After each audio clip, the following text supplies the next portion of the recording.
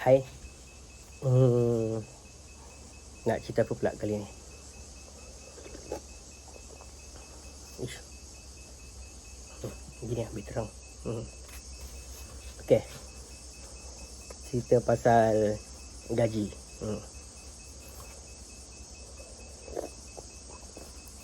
Aku rasa korang yang paling suka pasal cerita pasal gaji kan.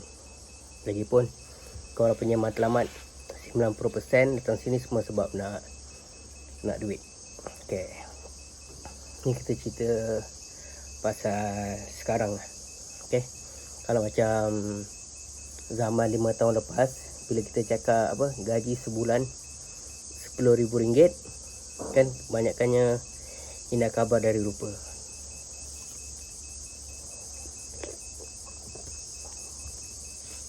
Yalah, sebab bila datang kerja kurang ataupun gaji kecil, lepas tu tak dapat apa yang kau nak. Jadi itu yang ada kisah kata orang, jangan kerja solia, indah kabar dari rupa katanya. Okey, untuk pengetahuan korang, dekat sini kat Solia, tahun ni ataupun tahun depan, start tahun ni, gaji semua dah naik. Dah naik kau-kau. Kalau zaman dulu kalau zaman dulu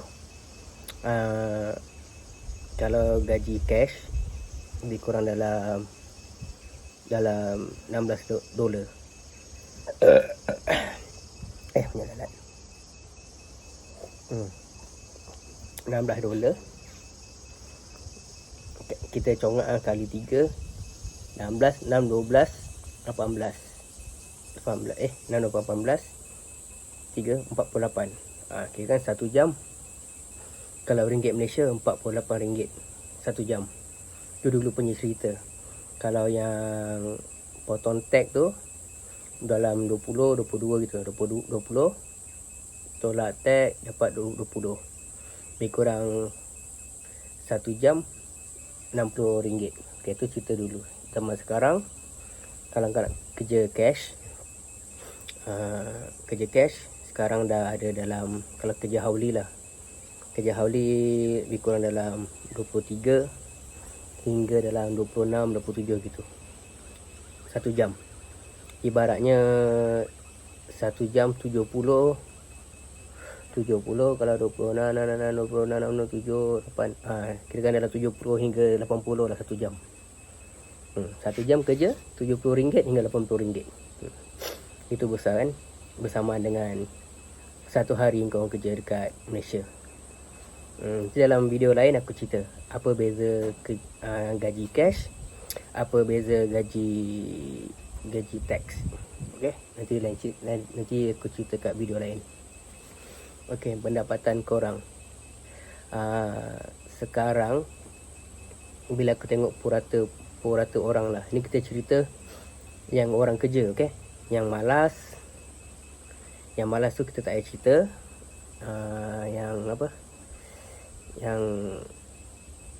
Yang tak bernasib baik, dapat kerja tak bagus, itu kita tak cerita. Ni kita cerita yang normal. Normal ni orang dapat kan, normal orang akan dapat gaji sekarang ni seminggu dalam $1,500 gitu. $1,500.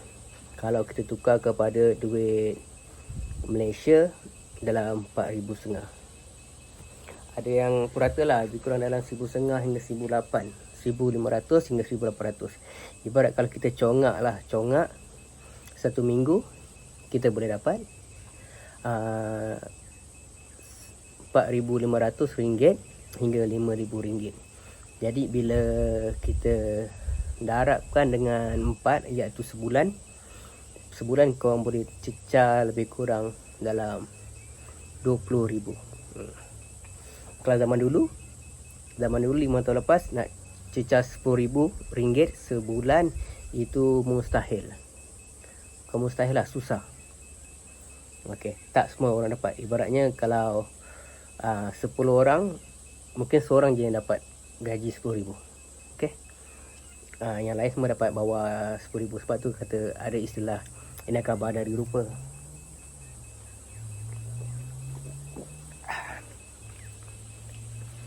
Lepas tu dia fokus kat sini. Okay, lepas tu apa lagi?